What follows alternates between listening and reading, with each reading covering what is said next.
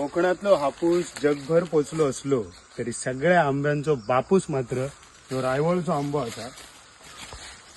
हा रायवळ आंब्याची एक वेगळी गोष्ट आहे. रायवळ आंबो ह्यो कोकणाचो खरो देवाचो आंबो आम्ही जेका म्हणतो.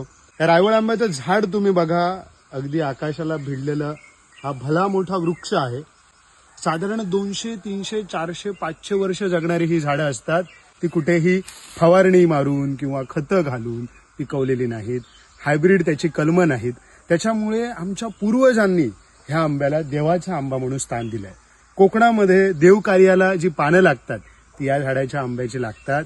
ह्यो आंबो तुम्ही असो कापून खाऊ शकणार नाही, पण जी रायता नावाची जी भन्नाट रेसिपी कोकणात उन्हाळ्यात बनता ती फक्त ह्याच आंब्याची बनाक शकता. कारण हेका ती आंबट गोड चव असा आणि चोखून खाण्याची मजा फक्त ह्या आंब्यात. म्हणजे ह्या आंब्यात की नाही मस्तपैकी गोड आंबे उकडले जातात, त्याच्यात थोडासा गूळ, खोबरा, मिरी आणि कोकणातले स्पायसेस टाकून बनता ती म्हणजे आंब्याचा रायता. आणि या भर उन्हाळ्यात ज्यावेळेस आपण हे रसभरीत रायता जेव्हा आपण त्या आंबो बुडवून बुडून बुडून बुडून चुकून चुकून खातो, तुमका सांगते की नाही पंच ज्ञानेंद्रियांना सुखावणारा आणि आपल्या मनात तृप्त करणारा ह्याच्यापेक्षा दुसरा खैचाच माका वाटतं ह्या जगाच्या पाठीवरती असा पदार्थ नाही तो म्हणजे कोकणातल्या रायवळ आंब्याचा रायता. आणि अत्यंत न्यूट्रिशियस हा, कसलाही खत नाही, फवारणी नाही, ह्याच्या आम्ही काय कल्टार घातलेला नाही असा. आणि ह्या आंब्याक दरवर्षी फळा येतात.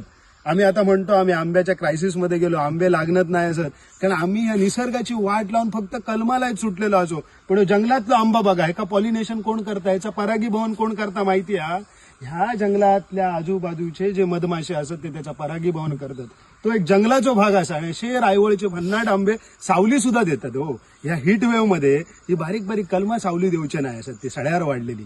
पण हे बघा कसे आकाशात भिडणारे जे आंबे असत की नाही ते आमका सावली देतात. बरोबर ना रे? ह्यो आमचं निगुड्यातलो जो भाव आहात त्यांनी आमका ह्यो आंबो दाखवलो. त्याच्यामध्ये ह्यो डिक्याळो आंबो असा आणि तो आंबे आता शोधता आमका रायतो करून घालतलो. आणि मस्त हे आंबे आम्ही चोखीत खाऊया आणि याची मजा घेऊया. ह्यो आंबो तुमका बाजारात खाऊक मिळायचो नाही, कारण या जंगलात हे आंबे पडले की नाही ते सोमते उचलूक हवे, नाहीतर ते खराब होतात. कारण ह्या आंब्यावरती कसलीही फवारणी नसल्यामुळे तो हैसून उचलून मुंबई आणि पुण्यात धावचो नाही. तो आंबो हैच पडतलो, हैलाच वाऱ्याबरोबर पडतलो.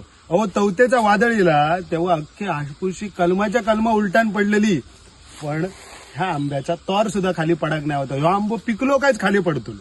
कसलोही मोठं वादळ येऊन गुंडो धरून मारलात तरी तो आंबो पडायचो नाही. ही त्याच्यातली स्ट्रेंथ हा, ही जी काटकपणा कोकणी माणसं जो म्हणतात ना तो त्याच्यामध्ये असा. त्याच्यामुळे ह्या वातावरणीय बदलांमध्ये, क्लायमेट चेंज मध्ये की नाही जर तुमका टिकायचं असाल तर अशा रायवळ आंब्यासारख्या या माती घट्ट धरून झकडून राहायचा लागता आणि आकाशात भिडायचा लागता. तर त्याची ताकद ह्या आंब्याची असा. त्यामुळे लहान पोरांका बिरांका हे आंबे खाऊक द्या. कलमी आंबे बाजारातले खावा हो, त्याच्यात आमका विरोध नाही, पण हे आंबे सुद्धा जपावं. ही झाडं असत, या रायवळची झाडं टिकवायला हवी.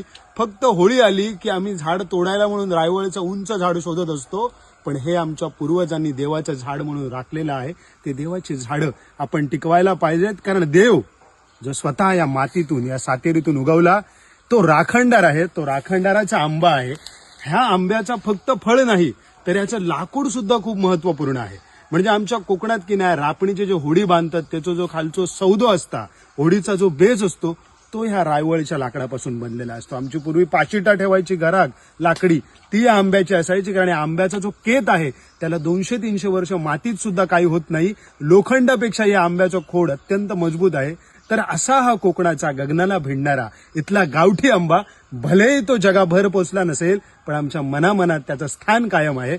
तसो ह्यो आमचो हापूसचो हे बापूस रायवळ, कोकणाची खरी ओळख. कोकणातले रायवळ वाचवूया, कोकण वाचवूया, देवाचो राखणदार वाचवूया.